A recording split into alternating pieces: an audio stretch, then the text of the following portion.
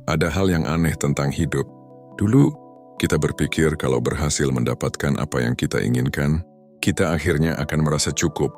Kita pikir kalau sudah punya pekerjaan, kita akan tenang. Kalau gaji naik, kita akan bahagia.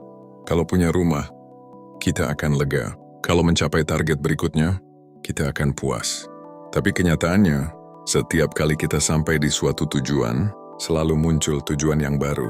Dan tanpa sadar, kita menghabiskan hidup mengejar sesuatu yang terus bergerak menjauh. Yang membuat semuanya semakin membingungkan adalah banyak dari kita sebenarnya tidak hidup dalam kekurangan. Kita masih bisa makan, masih punya tempat tinggal, masih memiliki hal-hal yang dulu pernah kita impikan. Tapi tetap saja, ada perasaan yang sulit dijelaskan.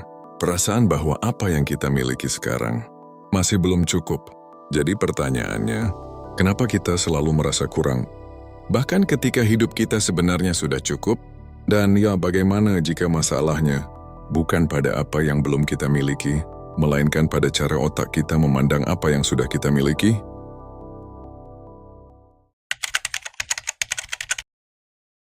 Mungkin yang membuat perasaan ini begitu membingungkan adalah hidup kita sebenarnya tidak buruk.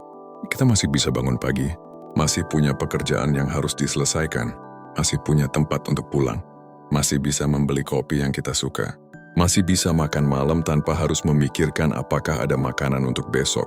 Dan kalau dibandingkan dengan versi diri kita beberapa tahun yang lalu, mungkin hidup kita bahkan jauh lebih baik. Beberapa hal yang dulu kita doakan, hari ini sudah menjadi bagian dari kehidupan sehari-hari. Tapi anehnya, semakin banyak yang kita miliki, semakin sulit rasanya untuk merasa cukup. Kita menyelesaikan satu target, lalu langsung memikirkan target berikutnya.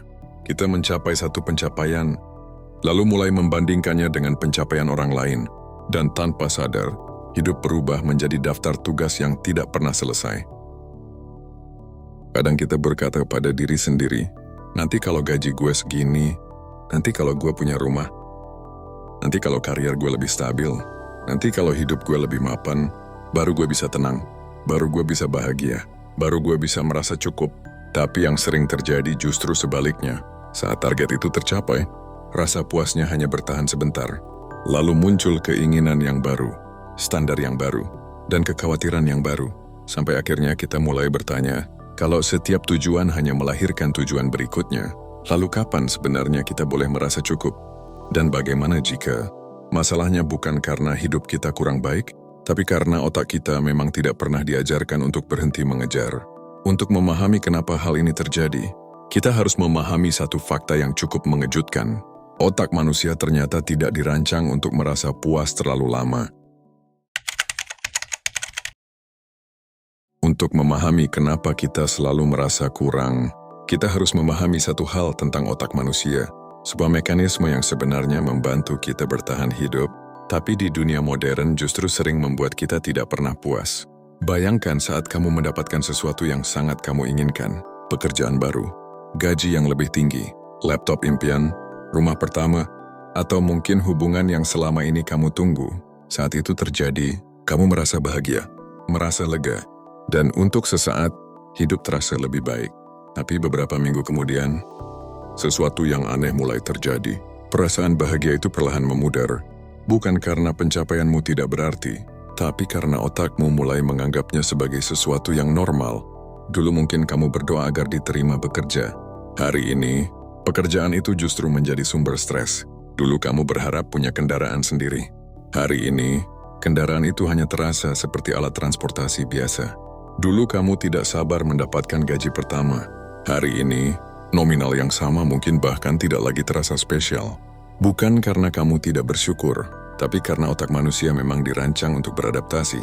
Hal yang dulu terasa istimewa, berubah menjadi bagian dari kehidupan sehari-hari. Dan disinilah masalahnya, karena setelah beradaptasi, otak mulai mencari target berikutnya. Setelah gaji naik, muncul angka baru yang ingin dicapai. Setelah membeli rumah, muncul rumah yang lebih besar.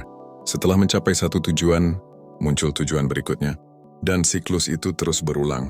Ironisnya, kemampuan beradaptasi inilah yang membuat manusia berkembang. Tapi kemampuan yang sama juga membuat kita sulit menikmati apa yang sudah kita miliki. Karena setiap kali kita sampai di suatu tempat, otak langsung memindahkan garis finish lebih jauh lagi. Seolah-olah kebahagiaan selalu berada satu langkah di depan kita. Tapi ada perbedaan besar antara terus mengejar sesuatu dan terus bertumbuh. Mengejar sering lahir dari perasaan kurang, sedangkan bertumbuh lahir dari rasa ingin belajar. Karena itu saya selalu percaya, salah satu investasi terbaik yang bisa kita lakukan bukan hanya mengumpulkan lebih banyak hal, tapi memperluas cara kita memahami dunia.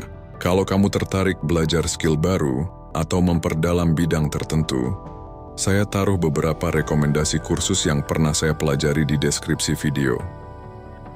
Tapi meskipun otak kita memang dirancang untuk terus menginginkan lebih, itu belum menjelaskan semuanya. Karena ada alasan lain yang membuat kita semakin sulit merasa cukup. Dan alasan itu ada di genggaman kita hampir setiap hari.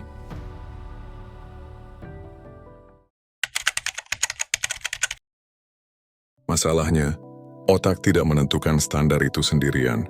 Karena setiap hari, ada sesuatu yang diam-diam ikut menentukan apa yang kita anggap cukup, apa yang kita anggap sukses, dan apa yang kita anggap kurang.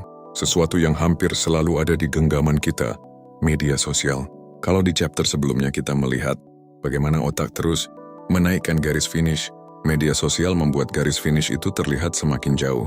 Karena setiap kali kita membuka layar, kita melihat seseorang yang tampak memiliki lebih banyak dari kita. Coba pikirkan, sepanjang sebagian besar sejarah manusia, kita hanya membandingkan diri dengan orang-orang di sekitar kita, tetangga, teman sekolah, rekan kerja, lingkaran yang terbatas.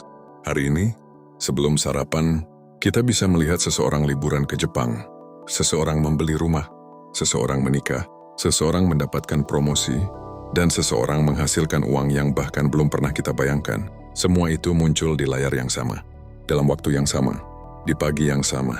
Dan tanpa sadar, otak kita mulai menganggap itu sebagai standar normal, dan disinilah jebakannya.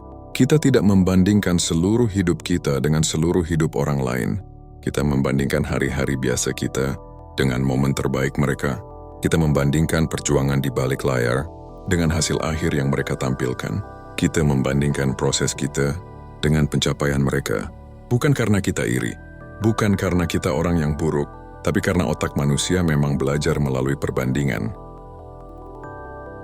Dan mungkin alasan kita selalu merasa kurang bukan karena hidup kita benar-benar kurang, tapi karena setiap hari kita diingatkan tentang apa yang belum kita miliki. Akibatnya, kita menjadi buta terhadap apa yang sudah kita miliki. Jadi kalau otak kita selalu beradaptasi, dan dunia terus memberi kita alasan untuk membandingkan diri, apakah itu berarti kita tidak akan pernah merasa cukup? Tidak juga, karena mungkin merasa cukup bukan sesuatu yang datang setelah kita memiliki lebih banyak, tapi sesuatu yang harus kita pelajari sebelum itu. Jadi kalau otak kita selalu beradaptasi, dan dunia terus memberi kita alasan untuk membandingkan diri, apakah itu berarti kita tidak akan pernah merasa cukup? Mungkin tidak, tapi mungkin kita selama ini mencari rasa cukup di tempat yang salah, karena sebagian besar hidup kita dihabiskan dengan keyakinan bahwa rasa cukup adalah sesuatu yang akan datang nanti. Nanti kalau gaji naik, nanti kalau punya rumah, nanti kalau karier lebih baik, nanti kalau hidup lebih mapan. Seolah-olah rasa cukup berada di masa depan, menunggu kita mencapai sesuatu. Tapi bagaimana jika rasa cukup bukan tujuan? Bagaimana jika rasa cukup adalah cara kita melihat apa yang sudah ada hari ini? Karena kenyataannya, selalu akan ada seseorang yang memiliki lebih banyak, selalu akan ada target berikutnya, selalu akan ada alasan untuk merasa kurang. Dan kalau kita menunggu semuanya sempurna sebelum merasa cukup, mungkin kita akan menunggu seumur hidup. Mungkin hidupmu memang belum sempurna. Mungkin masih ada banyak hal yang ingin kamu capai, dan tidak ada yang salah dengan itu. Tidak ada yang salah dengan ambisi. Tidak ada yang salah dengan ingin bertumbuh. Tapi jangan sampai keinginan untuk memiliki lebih banyak membuatmu lupa menghargai apa yang sudah kamu miliki.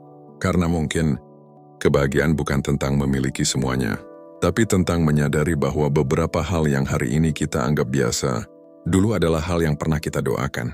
Dan mungkin hidupmu tidak sekurang yang kamu kira.